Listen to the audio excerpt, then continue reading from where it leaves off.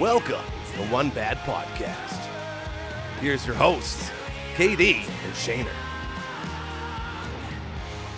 All right, so KD, we're still talking Made in the Name of Rock and Roll. I think we established that Rise Up was the fourth song when we were out in Vancouver recording. That's right. And, you know, as we talk through a lot of this stuff, there's these like kind of fuzzy periods where I sort of lose track of how much time was in between. But we did the four songs, including Raging Bull, The Promise, Flying High, and I guess Rise Up was the other one. I think so, yeah. Yeah, so we did those in Vancouver, and we were all really pumped. It was a great experience. And then we finished the record out in Toronto. Do you remember how long after, or what the gap in between was? Yeah, good question. I think it was like, I'm guessing like somewhere between 3 and 6 months, you know?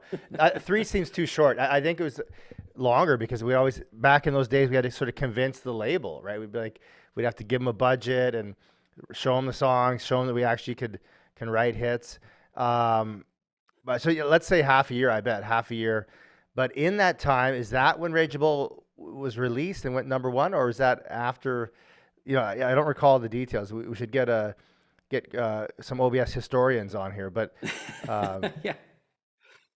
We need like we need Paul Kennedy, or we need like your buddy Craig. Yeah. All of our friend Craig Krugsy to give us the details on this. But I do remember like between we did, because we didn't have the whole record written, so we had those 4 songs, and then there was a bunch of writing in between, and I remember touring.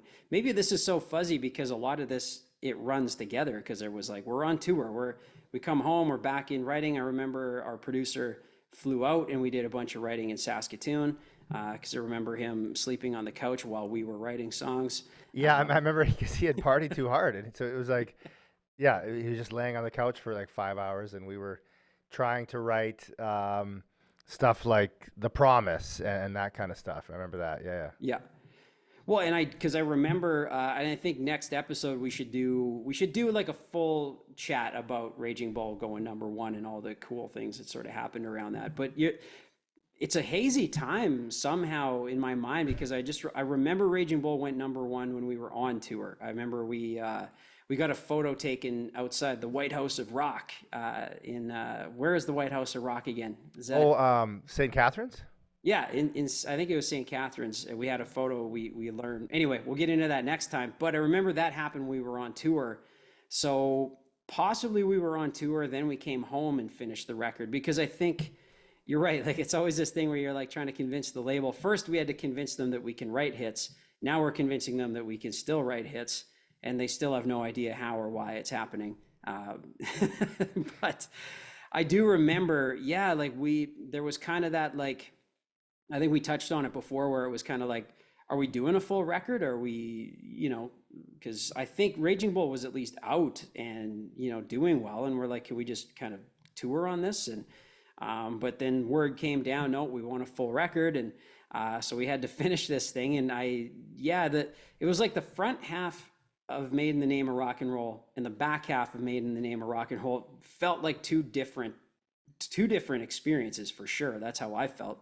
Yeah, and it's so interesting. I mean, I think important for any up and coming band is like, and we talked about this lots at the time, I think, or maybe it was after the fact once we had some perspective. But I didn't like how the production of that record. You know, like, just, I've said that to you before, and I'll say it here. You know, it's like the production, because the idea was, like, I think we've always been sort of a live band, a live off the floor sort of band in the studio, and we love all the bands that have that ability. Like, they can play, they're tight, so they can play in the studio, but it's not all like compartmentalized, right? And so, like Led Zeppelin, for example, I mean, they got in a room and there was some great production happening by Page, but it didn't sound like 3 Days Grace, right? And that's, I think, as we talked about in previous episodes, we're trying to break through in the US, and I think our producer, who is known for producing 3 Days Grace, etc., wanted to push us sort of in that direction. So for me, it was kind of crazy, and listeners probably, maybe this would sound crazy, but like, remember we recorded the drums without cymbals on them, remember?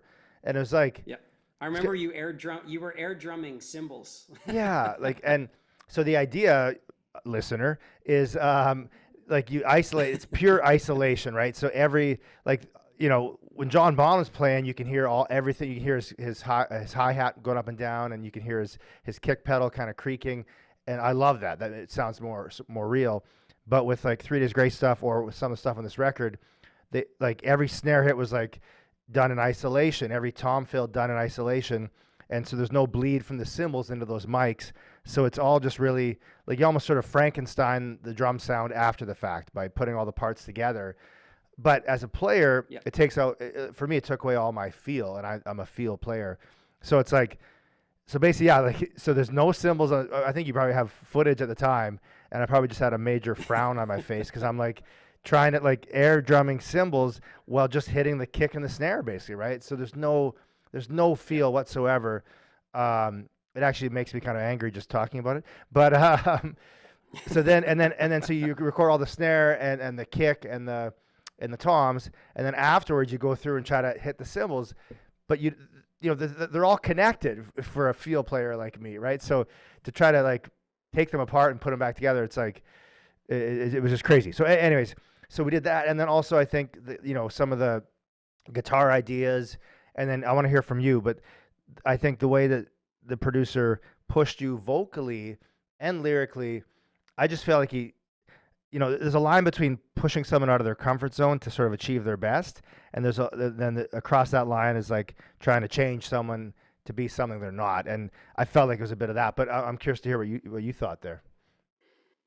Well, yeah, man. I mean, it's we had that similar kind of experience, and it was for me, yeah, it was interesting because I think we had talked about this a little bit before, but the point behind this whole record was that we approached it the way we approached the Red album when we met Danny Craig, and it was like he was basically like, you guys need to be better players, and it was a sobering moment for us to like, okay, let's step up, and if we want to be on the radio, like there must be some like alchemy behind that's more than just writing great songs, you know what I mean? And so through Danny, we kind of learned like, oh shit, like we got a long way to go to become like really good players. But also we found that some of the recording techniques he's using are like different than we'd ever kind of experienced. And there's stuff that a great producer can bring, and it's very like X factor kind of stuff where you're like, I can't really quantify why that's working well, but it is, and we did that with Danny, and it's like, boom, we got a top 5. And,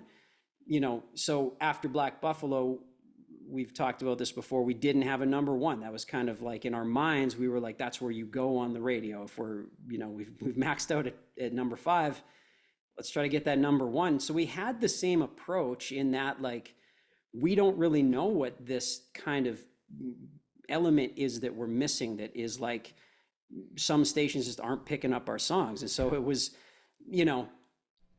we did not enjoy this part of the process. I feel like those first 4 songs were cool because it kind of opened us up to new stuff and opened us up to new ways to write lyrics or play and all of that. But like the back half of the album, there was, like you said, there was like this, it was a different vibe. It was kind of like, it went from like a producer who was trying to get the best out of us to a situation where you sort of felt, whether you were like being taken advantage of or somebody was just trying to like impose their shit on everything as opposed to bringing the best out of you. And because we really committed to like giving ourselves over to that producer and saying like, hey, like if we can achieve that number 1, that level of success could like really blow things open. And I mean, a lot of like, it's cool talking about this stuff, Katie, because a lot of it is like, it's a cautionary tale, but it also is like, we did the same approach to the Red album that we did with Made in the Name. And one of them really kind of worked out really well. And obviously Made in the Name, it worked out in that we got a number 1. But I think after the fact, we really sat down and we were like, I'm pretty sure we would have, being that Raging Bull was a killer track, I don't think there was anything extra in there, that we were kind of being put through that pushed that to number 1. I think that kind of would have happened on the next record anyways. And I think we kind of had that collective, like a lot of this shit was just bullshit. And it was like a wake up call in that, like it's good to give yourself over, get out of your own head as a band, get over your own shit. Like even you trying that with the drums was huge. It was like, well, I don't know. I don't really like it, but like, maybe there's something in this, you know. And I remember you actually saying to me at the time, like, maybe I'll like this. Like, I don't, you were very open. Like, we were very open until it was over. And we were like, that fucking sucked. Like, I did not, you know, and honestly, lyrically and stuff too. I mean, I had a lot to learn with just being more open to a lot of ideas. But then it kind of got to the point where I felt like I was being told what to do.